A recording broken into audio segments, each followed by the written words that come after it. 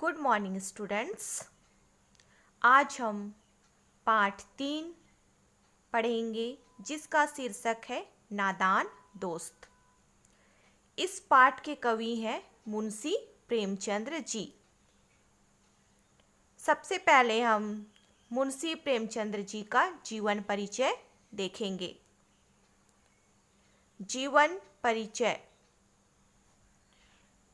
मुंशी प्रेमचंद्र जी का जन्म सन 1880 में लम्ही ग्राम वाराणसी में हुआ था। इनकी बहुत सारी रचनाएं हैं जिनमें उपन्यास में है सेवा सदन, निर्मला, रंगभूमि, कर्मभूमि, गबन और गोदान।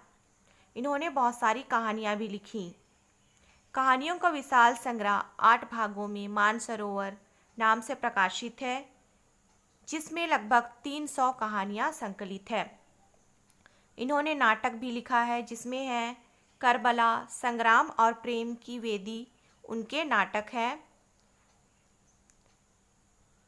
निबंध कुछ विचार नाम से प्रकाशित है। गोदान हिंदी का एक श्रेष्ठ उपन्यास है और इनकी मृत्यु सन 1936 में हुई। नादान दोस्त पाठ एक कहानी है। इसमें केशव और श्यामा 2 भाई बहन थे। उनके घर के कॉर्निश पर चिड़िया ने अंडे दिए थे और कुछ चिड़िया के बच्चे थे।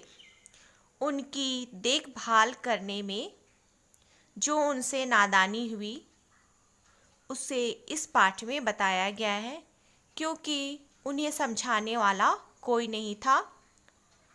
उनकी माँ को घर के कामों से फुर्सत नहीं रहती थी, उनके पिता को दफ्तर के काम से, जिससे उन्हें समझाने वाला कोई नहीं था।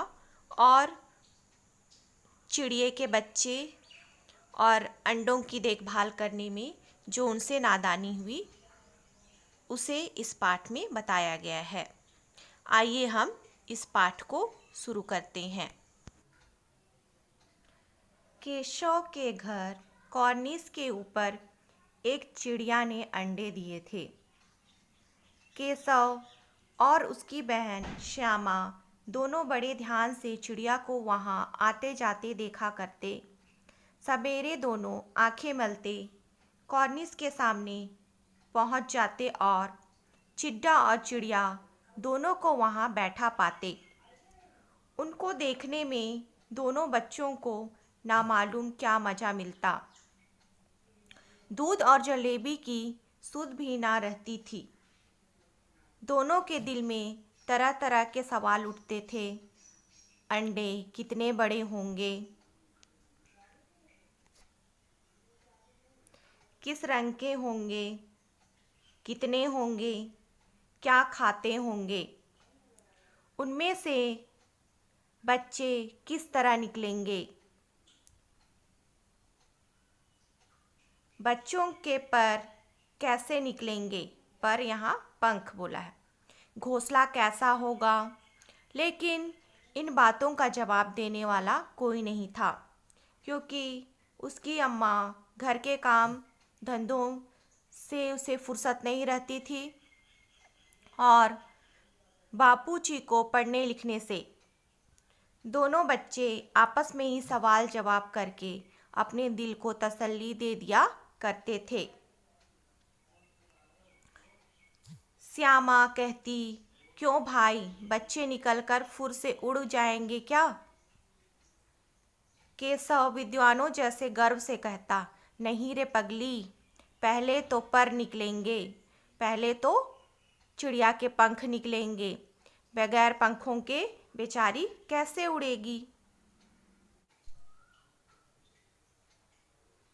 श्यामा केशव से कहती है, बच्चों को यह चिड़िया क्या खिलाएगी बेचारी। केशव के पास इस पेचीदा सवाल का जवाब नहीं था, इसलिए केशव ने सवाल का जवाब कुछ ना दे सकता था। इस तरह 3-4 दिन गुजर गए। दोनों बच्चों की जिज्ञासा दिन दिन बढ़ती जाती थी। जिज्ञासा, जानने की इच्छा कि अंडे कितने बड़े हुए होंगे, चिड़िया के पंख निकल तो नहीं आए। इस तरह की जानने की जिज्ञासा उनमें रहती थी। अंडों को देखने के लिए वे आधीर हो उठते थे। उन्होंने अनुमान लगाया कि अब जरूर बच्चे निकल आए होंगे। बच्चों के चारे का सवाल अब उनके सामने आ खड़ा हुआ कि चिड़िया अपने बच्चों के लिए दाना पानी चारा कहाँ से लेकर के आएगी। ये सवाल उनके मन में गूंज रहा था।